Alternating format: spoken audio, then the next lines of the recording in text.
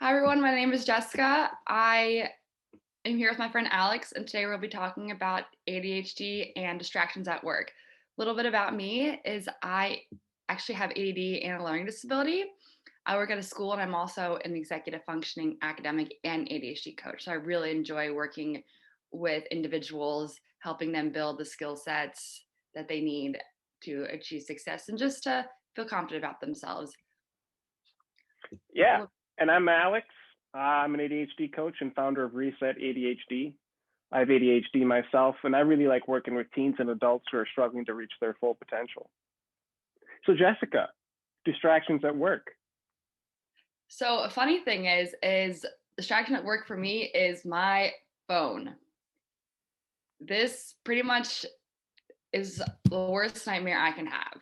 So one thing that I do is I put it across the room for me, but sometimes, which helps, but then sometimes I often will eye it up in the sense of like look across the room and feel the temptation to want to. So what I've learned is actually to put on do not disturb. And I'll leave it Ooh, like across the room and put on do not disturb, which is kind of interesting and clever because I never really thought about that. Also, what someone told me a trick is to put on airplane mode. So therefore, that you can't receive the text messages, you can't see them, and you can't see the emails. So even if you were to pick up your phone, which sometimes I do, right, I'll go over to across the room and pick it up because I'm on edge and want to break from work. But if it's on airplane mode and I check it, nothing will pop up. So it's nice because if I were to have a text message, then I would get roped in. And next thing you know, a half hour later, I'm still on my phone and I could have been working. I get very distracted about that. Do you have any problems with your phone? yeah, occasionally, and I like all those suggestions about, um, airplane mode and do not disturb. Both of those, I think, sound like golden plans to fight the distractions. But where I get stuck is internet rabbit holes. Hmm. So I'll think of something to Google, and all of a sudden I'm Googling stuff for 2 hours and like not doing work. Um, so what I've learned to do is I've learned to take a sticky note here, just write down what I'm doing, stick it in front of me, and say that's what I'm doing. I'm not doing anything else.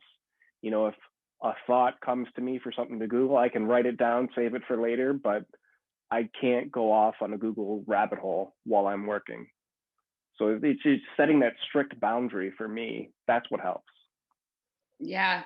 No, I definitely understand the rabbit holes. Have you ever tried blocking, like, do you ever have certain like websites that you find yourself sometimes that you'll always go to? Like, I know sometimes I get stuck with like going to like news or like People magazine, like online and stuff. Do you ever get stuck with that and have to feel like you need to like block them? Yeah, and for me, it's mostly just Google, all of the different things you can look up. So maybe I should take a look at blocking Wikipedia or even just you know doing what you do and putting this thing on do not disturb or airplane mode because it can be really easy if I want to look something up just to pull this up. All of a sudden, I wanted to Google one thing, but all of a sudden I'm on Facebook now. Mm-hmm. Yeah. Yeah, no, for sure. Because I know that some people have talked about that I've also tried is like blocking, especially when I need to get like work done and like notes and everything, is blocking certain websites. Interesting random fact is I'm a big chess player, so I like to play chess online. So that's something that I definitely block. So if anyone else wants to play me in chess, just comment below and we'll see who wins there. But so definitely I would say for me the biggest distraction is my phone. It's just so hard because everything's so instantaneous.